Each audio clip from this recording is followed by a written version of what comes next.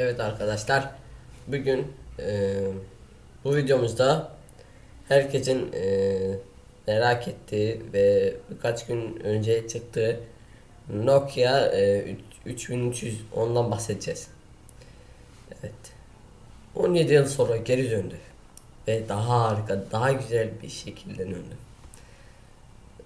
Şimdi herkes biliyor. MWC 2017'de çıktı fuarında. Evet. Bugün onun özelliklerinden bahsedeceğiz. Ekranından başlayalım. Ekranı 2.4 inç, yani 2.5'a yakın.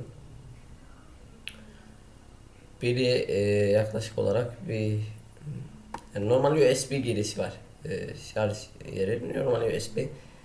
Pilinin 2 gün yaşayacağını söylüyorlar. Bazıları bir hafta. Snake oyunu da var. Daha da güzel oldu. Hatta yani eski modelinde beyazla siyah renkleri var.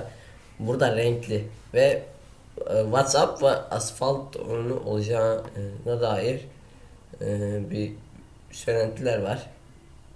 İşte işte Türkiye'de Avrupa'da 228 TL'den satışa çıkarıldı. Yani buraya gelişi gümrük falan filan varsa 300-350 gibi civarı bir şey bir fiyatta satılacak.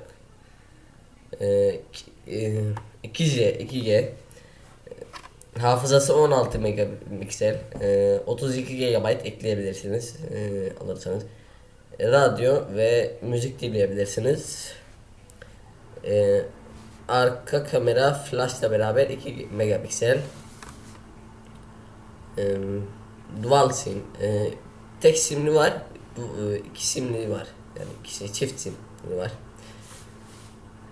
Yani bence çok iyi oldu. Yani herkesin kullanmak istediği. Şu an tuşlu olmadığı için mesela Media Market, Teknosa belirli mağazalarda bulamayacağımız tuşlu cihazlar bulamayacağımız için burada bu cihaz çıktı.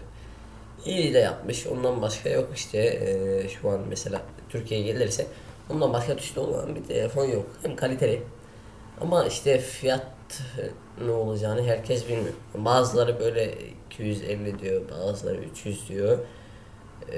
Biz de merak ediyoruz. Neler olacağını merak ediyoruz. Evet arkadaşlar, videomuzu beğendiyseniz abone olun. Beğen ve videomuzu beğenin.